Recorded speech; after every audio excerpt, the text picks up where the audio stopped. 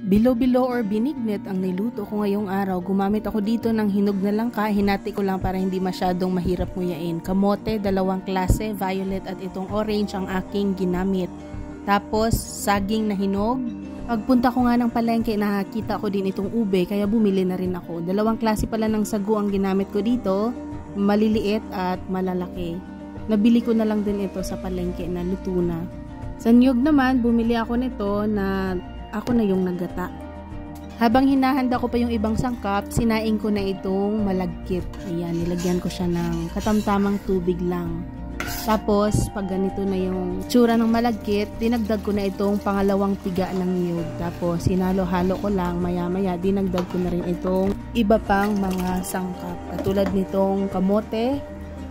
Pagkatapos nyan, dinagdag ko na itong ube at saging. Hinalo-halo ko, tapos dinagdag ko na itong mga sagu, pareho, yung maliliit at malalaki.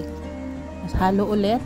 Maya-maya, inad ko na ang itong mga langka.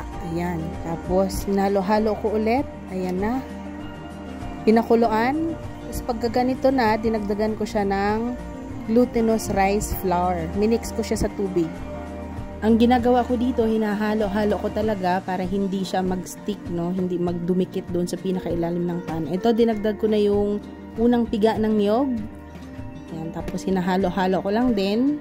Maya nagdagdag na ako ng asukal. Pagdating pala sa sugar, estimate lang dapat. Tapos nagdagdag din ako ng pinch of salt para lang mag-balance yung kanyang lasa. So, hindi ko alam sa ibang pagluluto nito kung ginagawa nyo rin ba. Tapos ito na. I-serve na natin ang ating bilo-bilo. Ayan. Hindi rin pala ako gumamit dito ng makukulay na mga sago. Gusto ko yung clear lang para natural. Tapos i-serve na natin. Ito, oh, ang sarap tignan. Let's eat, everyone! Natatawa nga ako kasi naalala ko yung pinost ko.